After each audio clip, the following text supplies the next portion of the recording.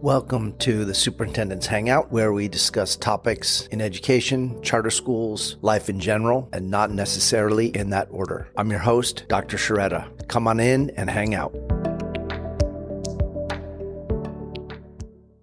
In this episode, I sat down with my mom, Kay Hoffman. I traveled to Santa Fe, New Mexico for the holidays in late 2023 to celebrate my mom's 79th birthday and took advantage of that time to record some thoughts and allow her to talk about her biography, her ideas about education, medicine, nutrition, community, the role of love in teaching and in school leadership, and much more. This was a powerful experience for me and gave my mom an opportunity to share some things about her past that I had not yet heard. I hope that you enjoy this wide-ranging conversation with my mom, a remarkable woman, a retired educator. She's never really retired, though. She continues to teach in various forms, and just a pretty amazing woman all the way around. This is a great way to kick off Season 2 of the Superintendent's Hangout to start off the new 2024 calendar year. Welcome, Mom. Thank you for taking the time here in freezing cold Santa Fe, New Mexico to sit down and chat for a little bit. I look forward to having this conversation. As you know, because you've listened to episodes before in this podcast, I like to start out with all the guests talking about their origin story, where they come from, but about their background, their family, and wherever that leads. So if you could start out today's conversation with that. My ancestry is English, Scottish, German, bit of Irish as well. My grandparents on both sides were children of immigrants and found their way in this country by doing menial work or later on skilled crafts, such as carpentry, or my grandfather on my father's side was ostracized from his home at the age of 14 because he was late to church. So he became a hired man in a local farm, learned how to butcher animals, and opened a butcher shop, which became his living. On the other side of the family, they were carpenters, skilled carpenters. My mom and dad were both only children, which was unusual in those times. My father's mother and father came from families of more than 10 children, all of whom were very poor. In fact, my grandmother used to talk about one pair of shoes for 4 sisters, and they would go to school on the day, every 5 days, when they could wear the shoes. So Mom and Dad grew up somewhat during Depression years and were always very conscious of the need to be careful about money, to be careful about resources. My father was an extremely intelligent man, an only child, somewhat babied by his mother, I think. And that theme of needing things to be the way he wanted them to be had an enormous effect on my childhood. Today we would call that having control issues. And my mother, an only child as well, was the opposite. She was an accommodating, you might even say in some circumstances, enabling person who wanted everyone else to be comfortable and would do whatever was needed. Her father had tuberculosis, and so she lived a very, very poor life in the early years, with questions always about where the next money would come from, the next meal would come from. My father finished college and had a scholarship to Cornell University, but because my grandfather needed him to come home and work in the butcher shop, he never completed that master's degree in English literature, and it had a profound effect on his life. Always the feeling that he had never quite done what he had wanted to do. My mother was an artistic person who sewed all of my clothes, who tended a garden and froze and canned foods, and made sure that we had everything that we really needed. Not much extra, but everything that we really needed, my brother and I. And for the listeners here, I want to refer to your parents as Lovey and Bumpa. Lovey was my grandmother, your mom, and Bumpa, my grandfather, your dad. Lovey's, and we'll get a little bit later to where those names come from. But they stuck, and now through multiple generations, that's what we refer to them as. I think it's interesting that we're recording this in New Mexico because we're not that far from the Pecos River, which by my understanding is where Lovey's parents came to sometime, I'm going to say sometime in the 40s. In the war years. During the World War II, because Lovey's father had tuberculosis. Can you talk a little bit about that process and what that was like? And did you ever visit that place, or you just saw it in photos? My husband jokes that I'm really a native New Mexican because my father was shipped overseas, and my mother didn't want to stay back east, so she traveled. She drove from back east all the way to the Pecos River, where her mother and father were living. They were living there because of his tuberculosis. And she was pregnant with me at the time, although I was not born in New Mexico. But I feel a tremendous connection to it. My mother always spoke about it reverently as the land of enchantment. And they lived on maybe these are just things that I remember from my childhood. They may or may not be accurate, but I remember all these stories about them living in a shed or something and on someone's property, and a chicken coop, and boulders rolling down the mountain at night and crushing the chickens, and a swinging bridge across the river. Do we know if that still exists? Do we have an address for that? We don't have an address, and I've been wanting. I know the name of the people who owned the land, and I hope I will someday get to find out exactly where it is. I have a sense for where it is when we drive up the Pecos River into the mountain. But my grandmother was a very spunky, small woman, and she used to have to drag the feed sacks across a swinging bridge to the little house they lived in for the rabbits and the chickens, because the man who delivered the food for the rabbits and the chickens wouldn't go across the swinging bridge. So that always gives me an idea of who she was as a person, a kind of pioneer woman in a certain way. I mean, that's 80 years ago or so. So New Mexico, well, even today, there are very few people living in New Mexico. So I think there are 2 million in the whole state, and which for me is like a shock coming from California, where there's 2 million in a city.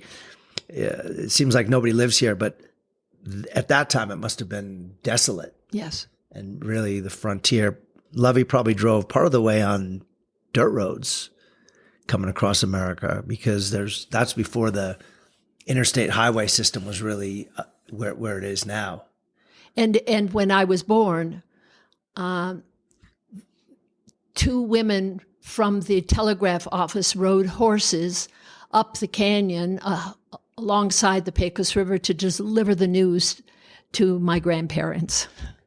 Wow, that's Pony Express type of days. Yeah, right. Wow, and it's pretty amazing, because that's within 80 years' time, things have changed drastically and massively, right? When it comes to communication and how small it makes the world feel at times. So you've given the origin of where your family comes from, and I think that matches up pretty well with my 23andMe DNA analysis. But what about you? So you grew up in upstate New York. Tell us a little bit about that, and why don't you bring us up to at least up through college and the start of your teaching career? Because a little bit later we're going to talk about education. Okay. So I grew up in Chautauqua County, which is in the southwesternmost part of New York State, and went to a small 4-room school from grades 1 through 4, and then on to a slightly larger school in Chautauqua, New York. I have a younger brother, 3.5 years younger than I, and he and I spent much of our childhood together, pre-screen days, playing, and I loved to read. I found escape and enjoyment in reading and have continued throughout my whole life with that love affair with reading. We lived closer into Jamestown, New York, and then we moved out into the country, and my parents had a house built there for us to live in. And I remember with joy living on a 37-acre plot of land with many apple trees. It used to be a commercial apple orchard, and there were so many different kinds of apples. I wish today one could find those apples. There were so many. And there were wild strawberries.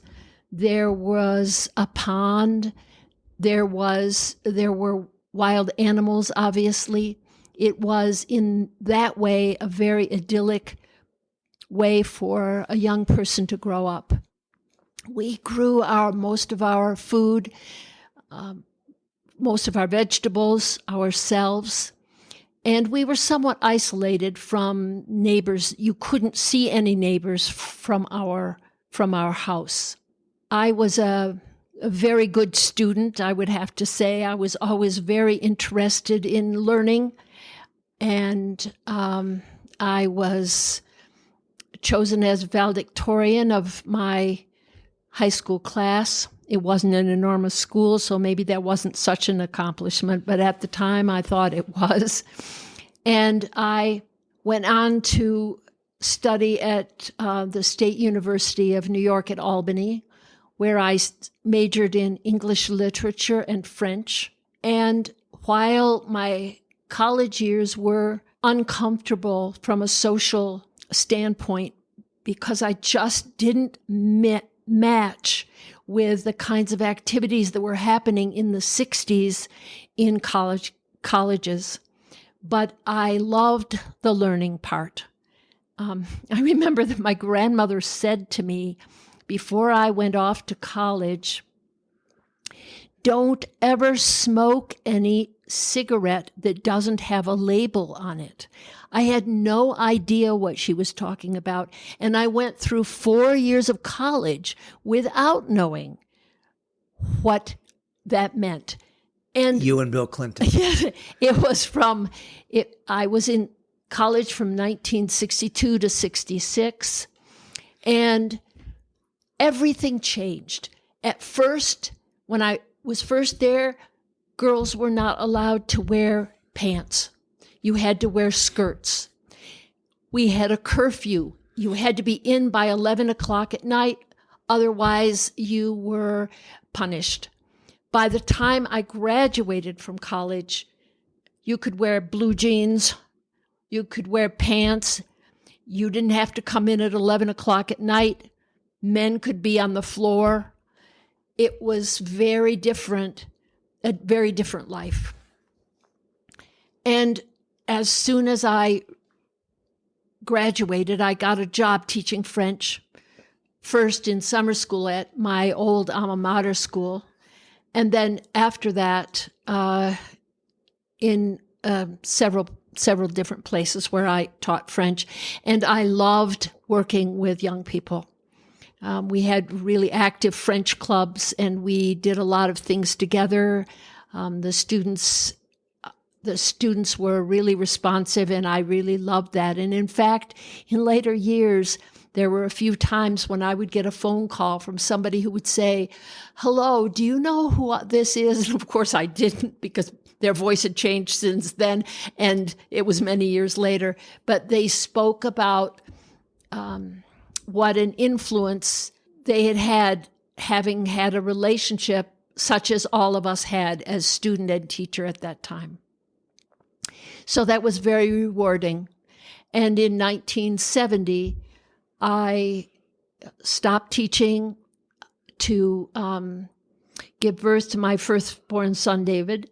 And soon after that, the three of us, his father and David and I, took an ocean voyage to England. So it's pretty cool that you're referring to me in the third person. Yes. I'm just going to let that yeah, go. Okay. So that we went, David learned to walk on a boat, and then when we got off the boat, he was walking like a drunken sailor. And then... So it is true that my superb balance comes from learning to walk across the Atlantic. Yes, I can really tell people I walked on water before. Yes, you walked on water. I wasn't the first to walk on water. That's right.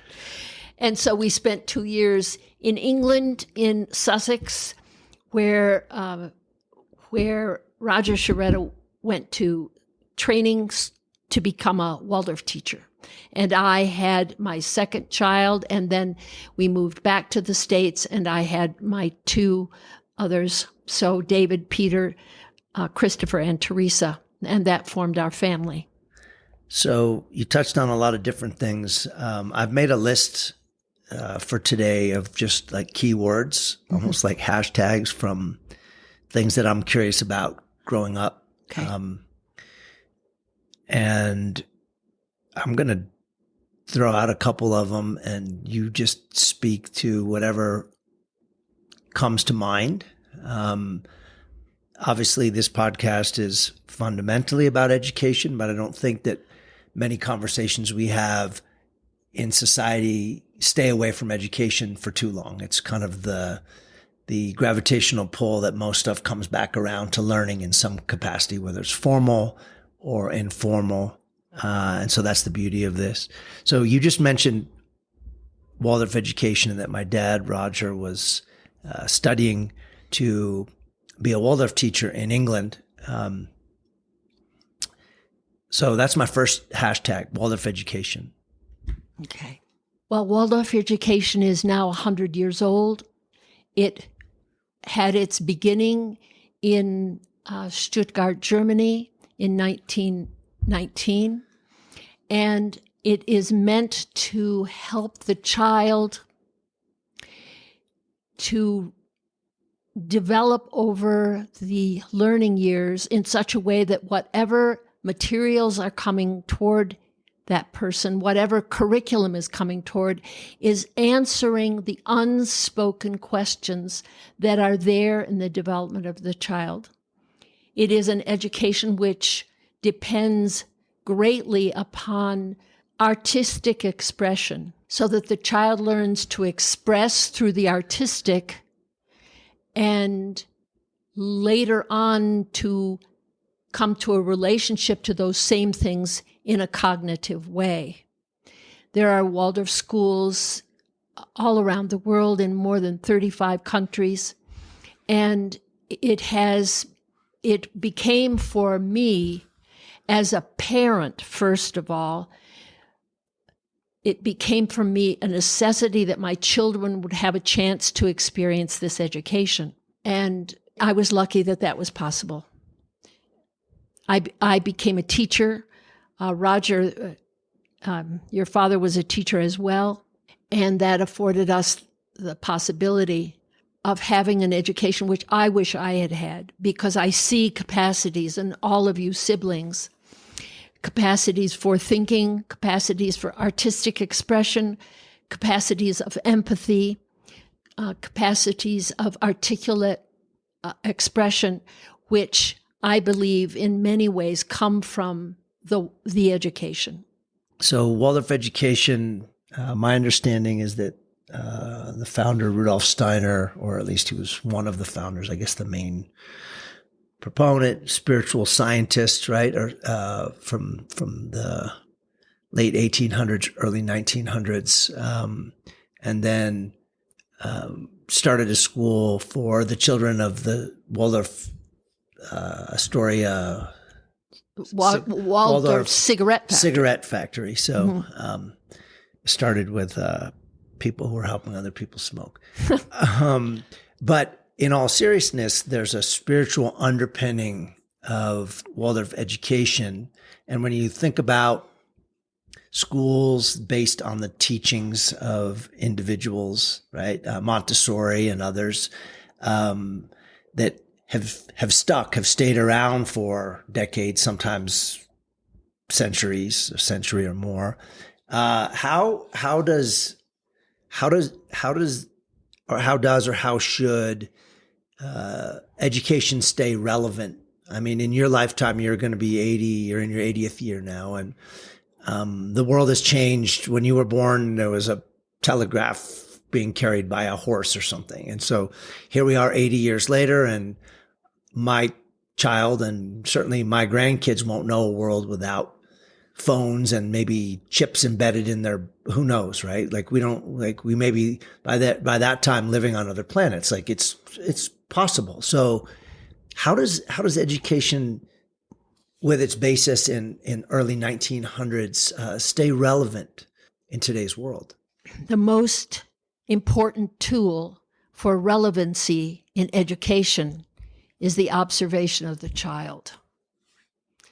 A recognition that a first grader is not the same as an 8th grader or 12th grader. That the way you approach teaching for the first grader or the 5th grader or the 8th grader is going to be different. I would say that the most important underpinning of Waldorf education coming from anthroposophy, which is philosophically connected with what Rudolf Steiner, an Austrian philosopher, was able to bring to the world, is that we are spiritual beings having a human experience. As Teilhard de Chardin said, and so... Can you say that in French? No, I cannot. So it's really important for us to look at the child not as a vessel to be filled with as much knowledge or as many facts as possible, but rather to look to the child and see what it is that we can draw out of the child. That's what education means, out of the Latin, to draw out. So we observe the child, we see what lives there as potential, and we work to draw out of the child the genius that lives in that child's destiny. So education has very little to do, I think, with measuring the products that come from the child's performance, but much more to do with looking at the child and seeing what the child is bringing, because every child brings to us a puzzle or a riddle or a mystery, and we must know enough. We must be observant enough to be able to at least approach that puzzle, to be able to approach that mystery. How can or how should, so assuming that Waldorf education is the relevant form for, let me phrase it this way. If you had the ability to somehow make Waldorf education be something that was paid for with public funds so that there wasn't the private school restrictions that most people cannot afford a Waldorf school, how should we think about accountability and consistency and fidelity when you have teachers who have this approach of drawing out what's there and wait till the right time for it to come out? I'm going to give you a counterexample, and this is from my life and that of my daughters. Full disclosure, I attend Waldorf school from the womb through 12th grade. My daughter from preschool through 8th grade, and then she went on to a charter high school, and there was some huge value, right? I saw, for example, the power of attention to aesthetic beauty and awe and reveling in nature. And those are things that are largely absent in my work in the public sector. Maybe we'll come back to that in a little bit.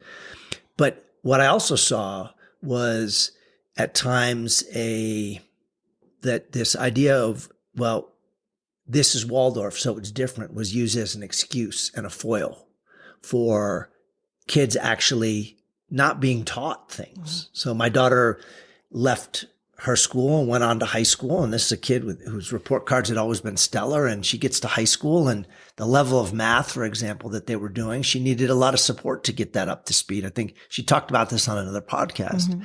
And she's certainly not alone in that. Like, there's a lot, that's a common refrain. The same could be said of kids learning to read. Like, okay, so it comes when it comes and you draw out what's in there. But at what point does that become an excuse for inadequate teaching? And how could you scale that up? Well, it's interesting because my own background is in public education. And I have spent over 30 years in Waldorf education, first as a teacher, and then later as an administrator. And now I see my grandchildren who have transitioned this last year into public school from a local Waldorf school that failed. And I see all of the really brilliant, practical things which are being done in the school they're in now. There are things which are missing. Shout out to El Dorado. Yes. There are things that are missing. I think my granddaughter, who is 9, said, "We're learning a lot, but I don't feel like the heart is in it in the same way." And that's an interesting comment. Mm-hmm. What Waldorf education is a brilliant curriculum, and many, many things that are now being done in the public sector in education or in other educational practices, head, heart, and hands, all kinds of different things, really originated with Waldorf education.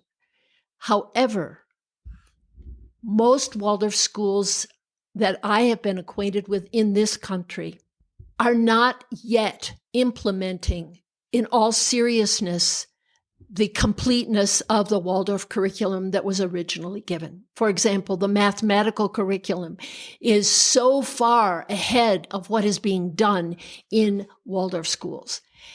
What is the answer?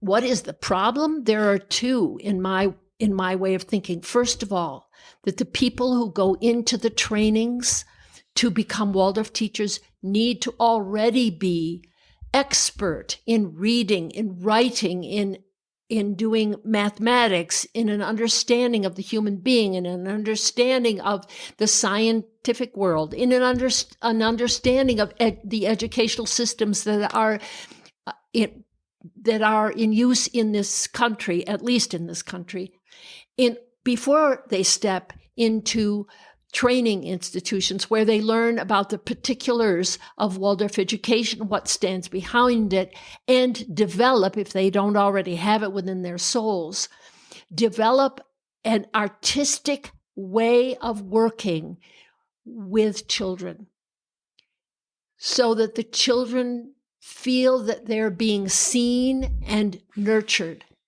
The problem is that too often, Waldorf teachers do not understand that there's a difference in approach between the way you as a kindergarten teacher work with your children and the way you as a 5th grade teacher work with your children. Nurturing looks different in the kindergarten when you're preparing stone soup than it does in the 5th grade, where they have to have their times tables, they have to know their phonics, they have to be able to write cogently and so forth.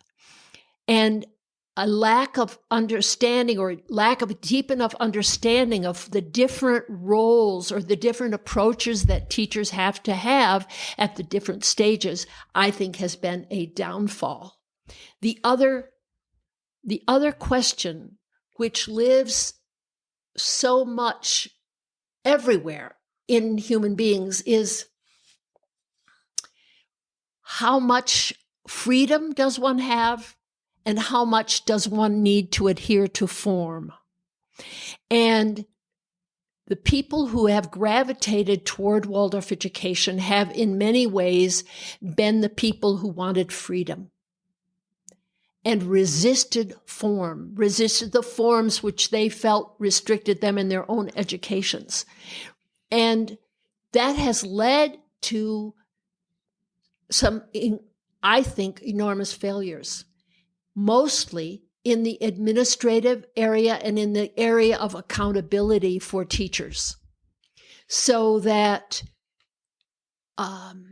it perhaps could be said that teachers would prefer to be given the freedom to do whatever they felt was the right thing without oversight.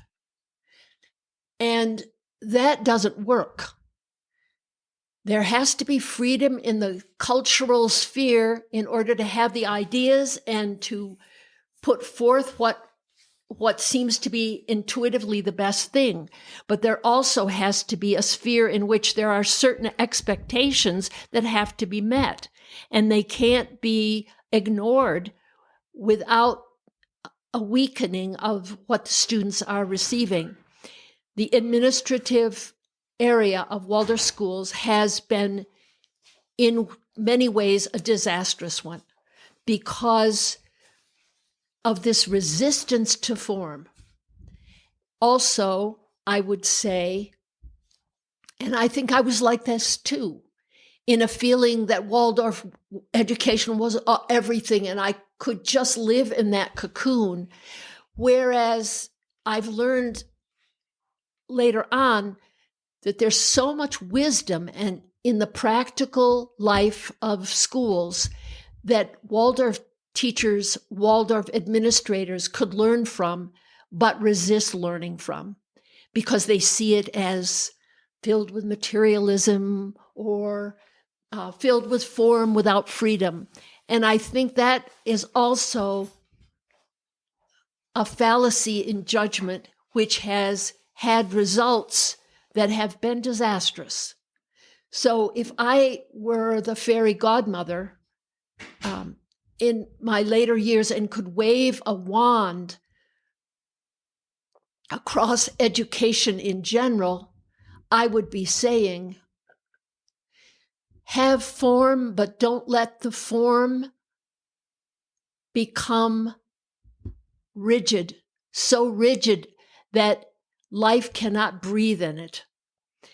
And let there be freedom to bring to students what they need, but make sure that that you already know as teachers what they need. Make sure that you can see what they need. Make sure that you have the skills to do it. And if you don't have the skills, learn the skills.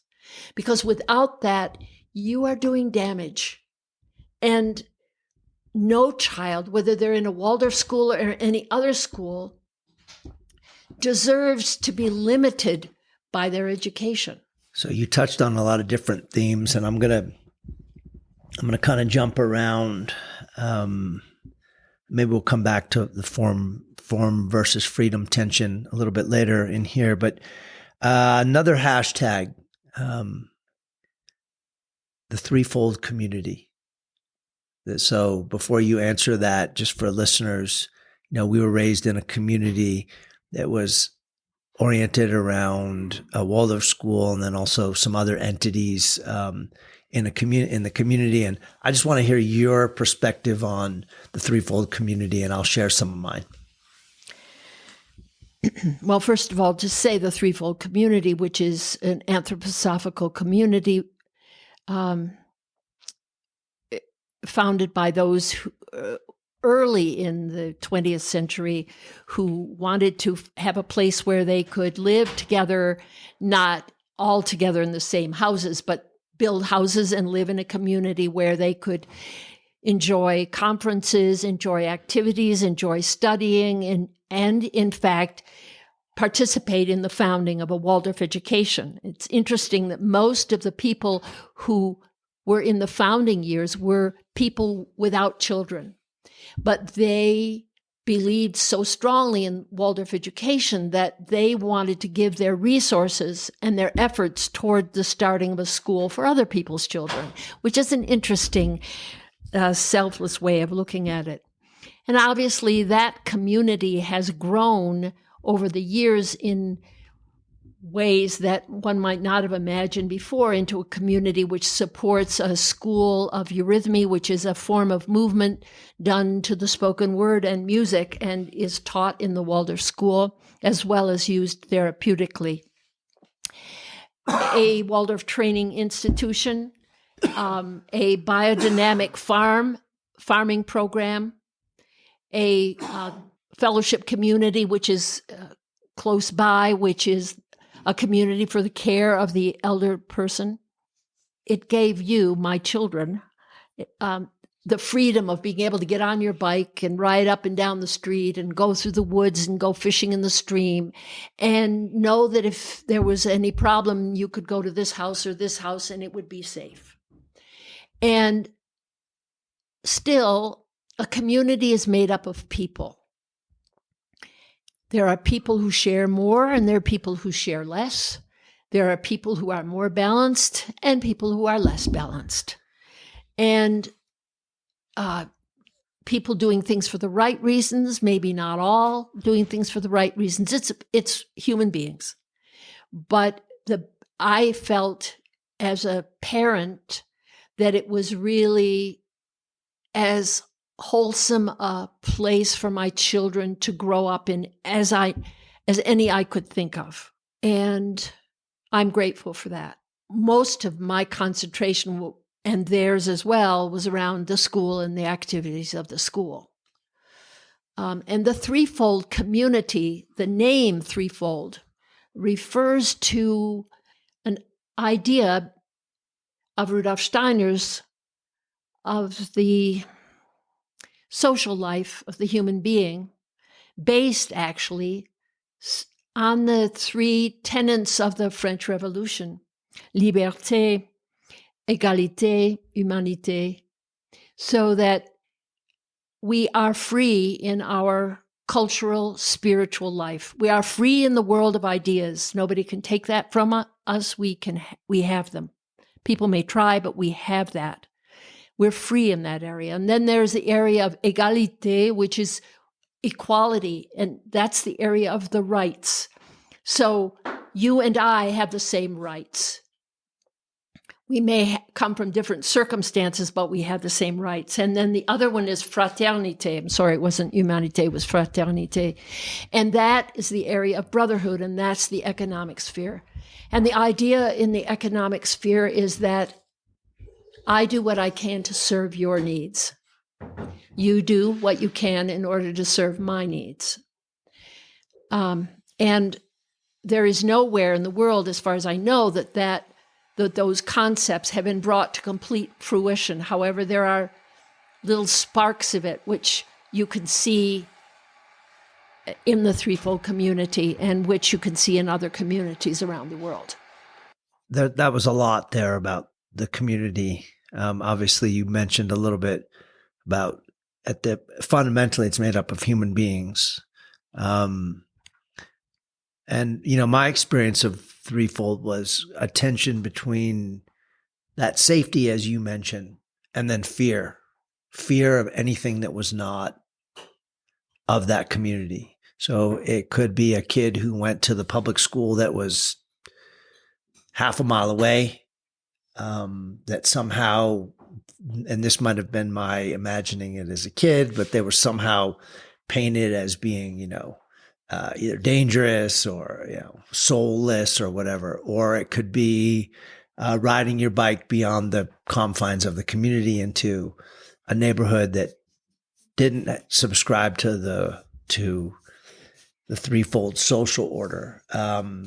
Did that ever occur to you as an adult raising kids in a community like that we would have that kind of interpretation of everything that was not the community being, I'm not even going to say lesser, but just so foreign that it seemed like it was threatening, menacing? Well, it certainly didn't occur to me then. You've pointed that out to me since, and I can really understand how that could come about. Because at this time, we're talking about the 70s and 80s. One of the strongest requests that the teachers in the Waldorf school made of parents was to keep screen experience away from children as long as possible. So I remember when you were a little boy going to visit, and I say this with great embarrassment, going to visit neighbors and standing in front of their television that was on, trying to keep you from, as a 3-year-old, watching the television. And I mean, that seems completely ridiculous to me at this time. Or, the first movie I saw, which was without your permission because I was at a summer camp and it was raining. And so the raging alcoholic camp leader decided to take us into town so she could go to the liquor store, but then also take us to Indiana Jones and the Raiders of the Lost Ark, which is the first movie I saw in a theater. And I had my hands over my eyes the whole time. I was probably 11, 12. Or the coronation of, or not the coronation, the wedding of Charles and Diana, which happened that summer, actually. And again, everyone at the camp is watching on this black and white TV, and I'm standing around the corner, popping my head in and out. Yeah. And I don't think you could have anticipated how that would lead to socially awkward situations, but also like real soul searching. Yeah. And because you like, we knew when we went to parties, no junk food, no soda, no cake, and no TV. Well, we're talking about freaking 1978. There's orange soda, Fanta or whatever. There's Carvel cake. There's Wonder Bread, and there's TV. Yeah. Well, there are many things about growing old that aren't so great, but one of the benefits of growing old is you begin to see perspectives that you didn't see before. Yeah. And obviously, in my mind as a parent, I was wishing that you would have the very best and that you would be the healthiest possible. You would have the fewest disturbing experiences. And that in terms of screens, I wanted you to be able to form your own very vivid capacity for making your own inner pictures, for imagining, rather than having them imposed from the outside. And if I had it to do over again, I would make it much clearer that I would rather you didn't do this. But if you are in a circumstance where it feels awkward not to, then you should go ahead and do what you think is the right thing. But I was much more, I was much less flexible in my thinking about how to navigate all that than I am as a grandparent. Yeah, I think it's, I've talked to my daughter about this too. And in the episode where she and I spoke about it, she talked about that kind of forbidden fruit thing where then it becomes something that you're super drawn to because you didn't have it. And that didn't really ever happen to me. It was more of a situation where I felt so strange and on the outside looking in, because even other kids who grew up in the same community didn't have nearly the strict rules at home that we did. Mm-hmm. So you could go to your neighbor's house and the kids were watching TV. Mm-hmm. Some of our best friends growing up, one of your best friends, Monica, had a totally different approach with her kids, and so that was the hard part, was like, navigating that, whether it was vegetarianism with, with kids, you go through these stages where you're looking to see what other kids do and the experiences they have. And so, I remember having a cookout, because that's what we called them in those days, on a school related cookout. And there's hot dogs and hamburgers. And I was like in fear that someone was going to come and give me a hot dog. And the teacher knew that we were vegetarian. And so this is way before tofu dogs, and put celery and carrots in a hot dog bun and put mustard and ketchup on them and gave it to me. And it was kind of getting dark, so no one noticed. But then I was chewing my hot dog and everyone's like, why is it crunchy? Something's wrong. So, yeah. So those were all things that, I don't think that there's damage that's done when you feel like you're different as a kid, but it definitely takes a lot of processing to figure out, to take the good out of it, to figure out, and then for the next generation, what you want to take from that and what you don't want to take from it, Yeah. I think that one of the influences from my childhood of having a father who was very authoritarian and a mother who was very compliant with that authoritarianism is that I had not the same techniques for it, but the inner soul gesture of, I know what's best for my children. This is what we're going to do. Yeah. And it was only in the course of then saying to you, it's time. If you want to have hamburgers, we'll have hamburgers. And working with all of you as you grew into adolescence and onward, that I began to see ways in which things needed to be approached differently. Yeah. And I would say, in my defense, I was making these decisions out of what I thought was the very best. Yeah, absolutely. However, in looking back at it, some of the things just make me laugh, and others probably make me cry. Because now when I talk with any of you about your children, or when I interact with my grandchildren, I'm much, much more able to look at questions from a wider perspective and say, okay, well, for example, there came a point when the question about soccer was a big question in our school, and it was based on worry about damage to knees with the side activity kicking, and also head trauma. And I was pretty strong about not having soccer for students for those reasons. 10 years later, when screens had become something that students spent their time on instead of running around outside, I was able to say, I'd rather have soccer, because they need to have the activity and they need to have the interactions, and maybe we can make some rules about heading the ball. But it's that kind of wider perspective thinking that I've had to try to adopt in my own biography. And I think the Waldorf schools need to make sure that their people are also working toward adopting those wider exercises of thinking. Yeah, I remember when one of the steps in the process of enrolling my daughter in Waldorf school was that the kindergarten teacher would come over and do a home visit. And it was like a known thing that they were coming over to check if you had a TV. We're talking about 2005.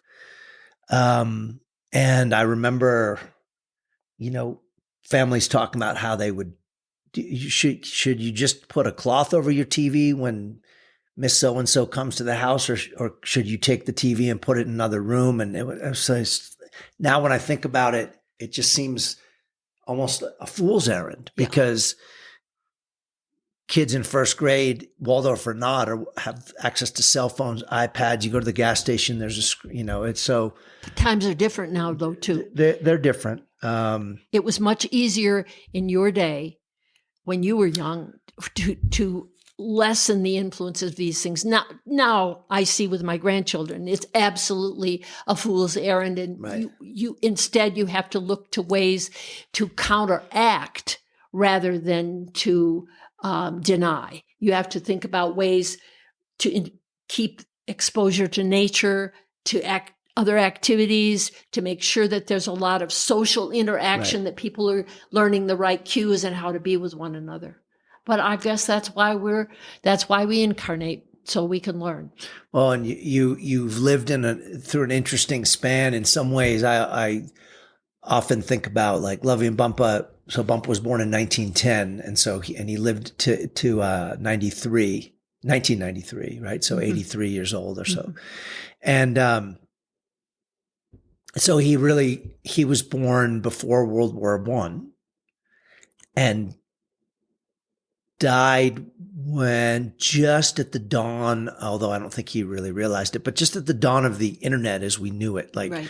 email was just starting to be a thing, but we didn't realize what that was going to look like. But he lived through VCRs, and he lived through, definitely advances technologically and man on the moon. And so we thought, wow, he's really, and when he was born, there was no such thing as flight. So that was, Kitty Hawk was what, I don't know, 1918 or somewhere around there, right? 1915. And so it's like tremendous, but actually you have perhaps even lived through a span of even greater change that has accelerated so massively, even, let's say, even within my lifetime. And even, let's just say, from the time I was in high school until now, the last 30 something years. It's incredible. And what the whole question of what education really is has changed. Back in the day, we memorized things that we needed to learn in order to have a framework.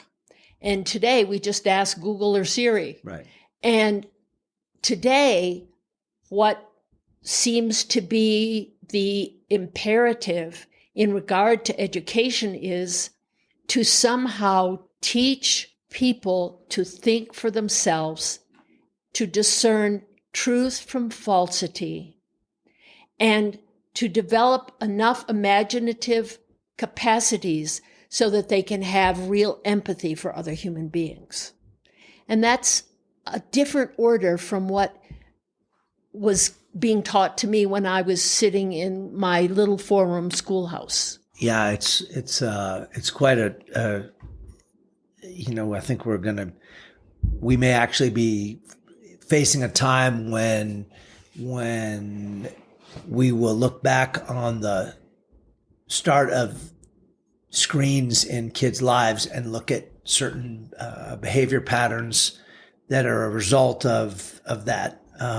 The ubiquity or ubiquitousness, I'm not sure what the word is, of screens, and people losing a connection to nature and things like that. It'll be interesting to see in the future how that plays out.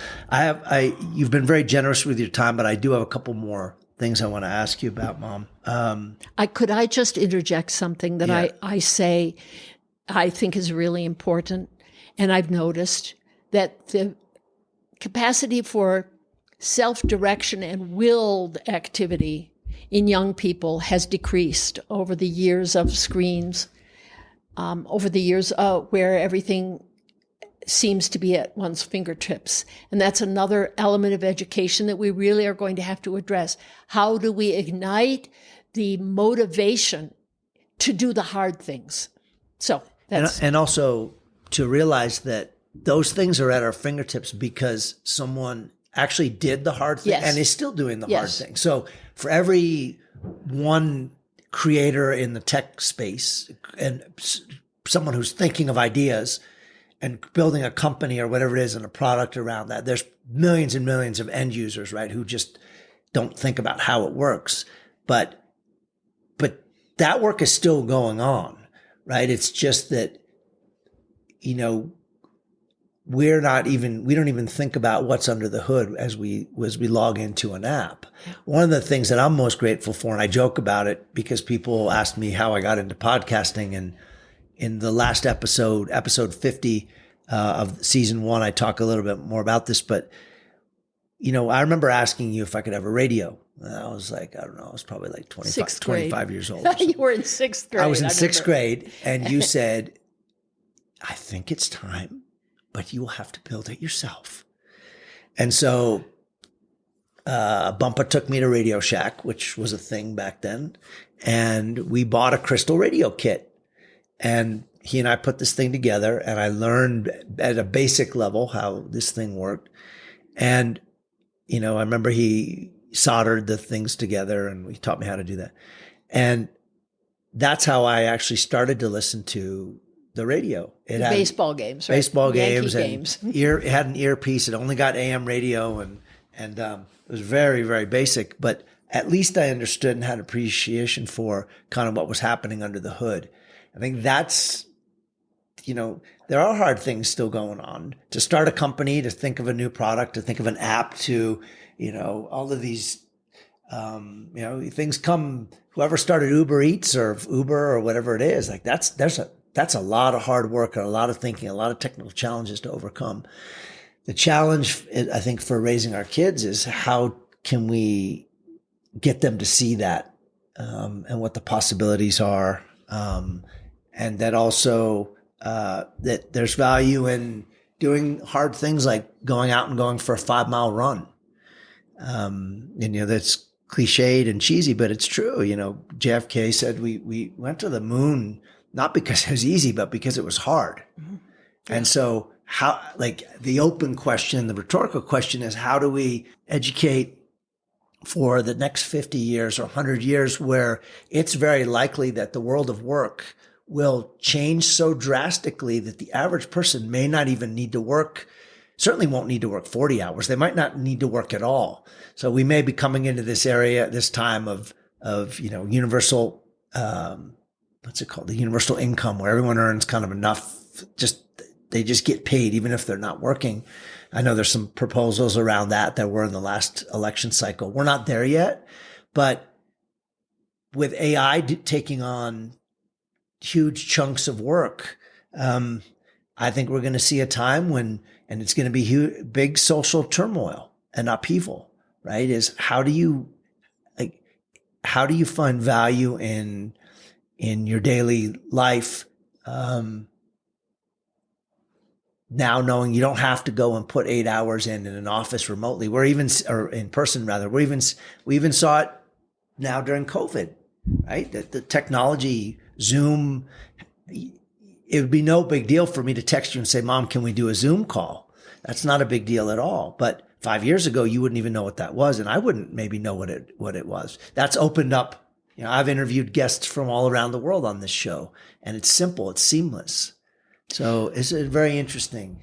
And part of this element of imagination, that capacity of imagination that one needs to have as a human being, is that you can then imagine the processes that are behind how a refrigerator works, or very simply how a car works, because only through that do you really feel you have confidence as a human being to be in the world. So that's an important part of what education is. So a couple other things. You had some ideas that were very much cutting edge for the 70s.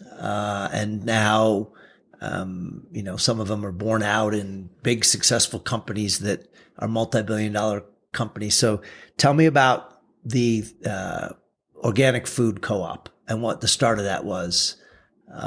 Because I have memories of some of that, and mice running around on our back porch where we had we had barrels of grains that were stored there because you started a co-op. So what was behind that? Well, in the threefold community, there were many people who wanted to have as much quality food as possible, more than could be grown in the backyard. And so I decided that I would start a co-op which would mean then that people would put in orders once a month, and we would collate all the orders, and then we would go to New York City and pick up the big rounds of cheese, and we would make orders from various companies, and they would deliver them. And at first it happened all on our back porch, and people would come. I think there ended up being 50 or so families would come and pack. Some people would be packing, some people would be cutting all the different cheeses, and then people would come on a Saturday morning once a month and pick up their big box of all the things they had ordered. And it was really important to us in relation to trying to give our families the healthiest food that they could possibly have. So I was involved in that for quite a while. In fact, I was so involved that when Christopher, my third son, was born, when the older people would ask you and Peter, where did Christopher come from, you said, Mama got him at the co-op. Oh, geez. And then it went on to become I think it's still around, right? It became a store. Successful store. Yeah. And I don't know if it's a membership thing or not. But it isn't the same kind of membership thing, because they're paid employees, and there weren't any paid employees back in the day when I did it. But it's still successful, yeah. Yeah, and it's an early form of Whole Foods in a way. Mm-hmm. And interestingly, Erewhon, which I remember an Erewhon truck pulling into our driveway and thinking, this is the weirdest thing. Erewhon has stores now around the country with the most ridiculously overpriced organic hipster food possible. So that's why I say you were about, 45 years ahead of your time.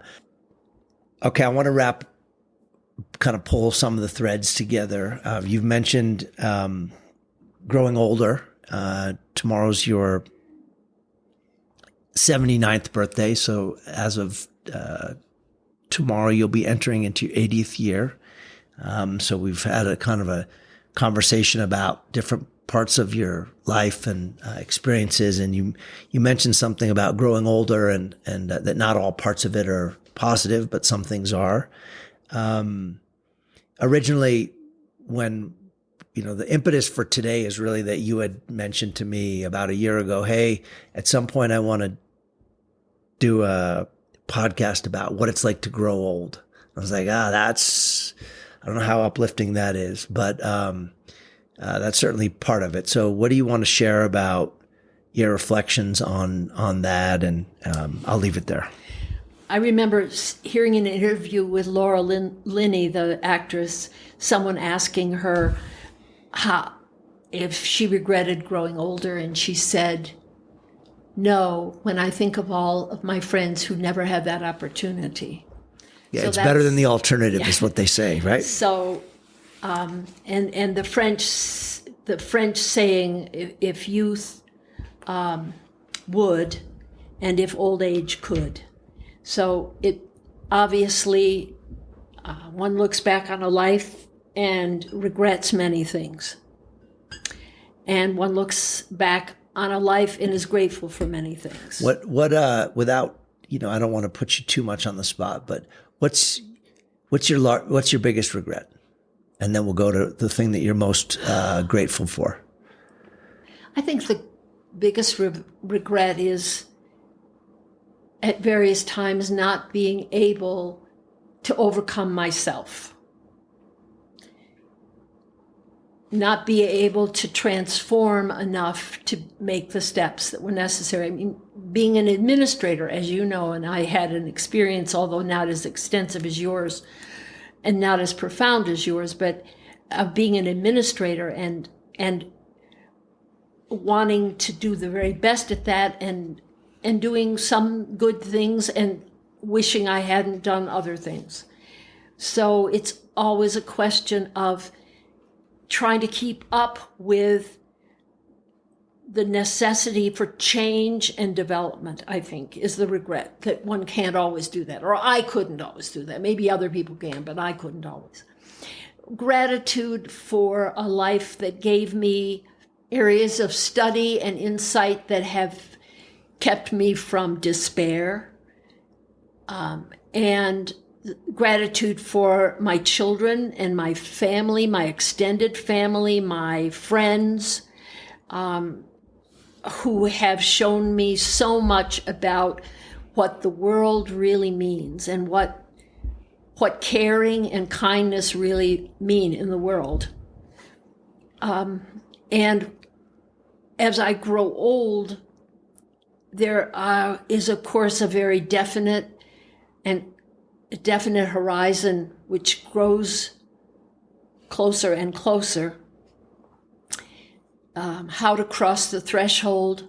What does it mean for those one leaves behind in terms of being able to still give support?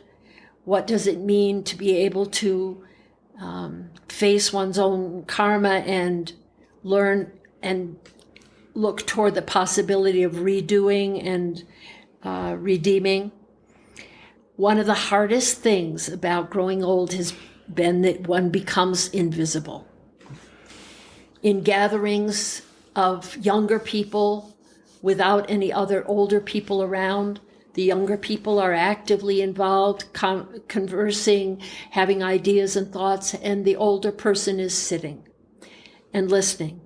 And I so many times want to add what I have gained out of a life of trial and error, but often there isn't that space. And I wish to tell all the younger people in the world, listening to older people can be an education in itself. I think that's really important. Do you think there's a cultural side to that in individualized countries where the family unit is pretty dispersed? Yeah. So, even in our family, we've got 3,000 miles between siblings and between you and some of your kids and grandkids. And so you might only physically see them, once a year or something.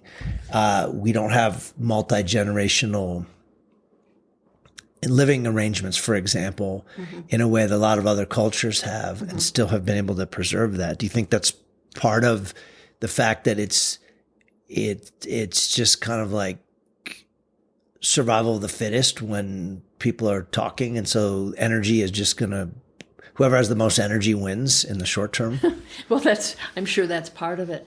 And we live in a society that values moving toward the future and that values what the intellect can bring. And often in older years, what an older person can offer is not so much of the intellect as it is of the richness of life experience, which is different. It has a different quality to it. And sometimes the value of looking to the past in order to understand what not to do in the future. And we don't tend to do that as much in a direction. We don't tend to do that. But on the other hand, one of the greatest values in my life anyway, of growing older is seeing how you, my children, my grandchildren are meeting the world. And that for me is really exciting to see that a way of thinking and a way of life that is now passing away with those of us who are older is being transformed into something different with different challenges. I do worry about what my grandchildren will face in the future, hoping that they have the courage, because it takes courage to grow old. It takes courage to face the world as it is. It takes courage to stand in the face of evil. It takes courage for all those things.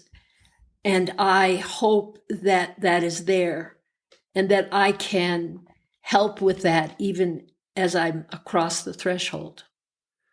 Do you think Lovey and Bumpa had similar reflections as they were your age? I mean,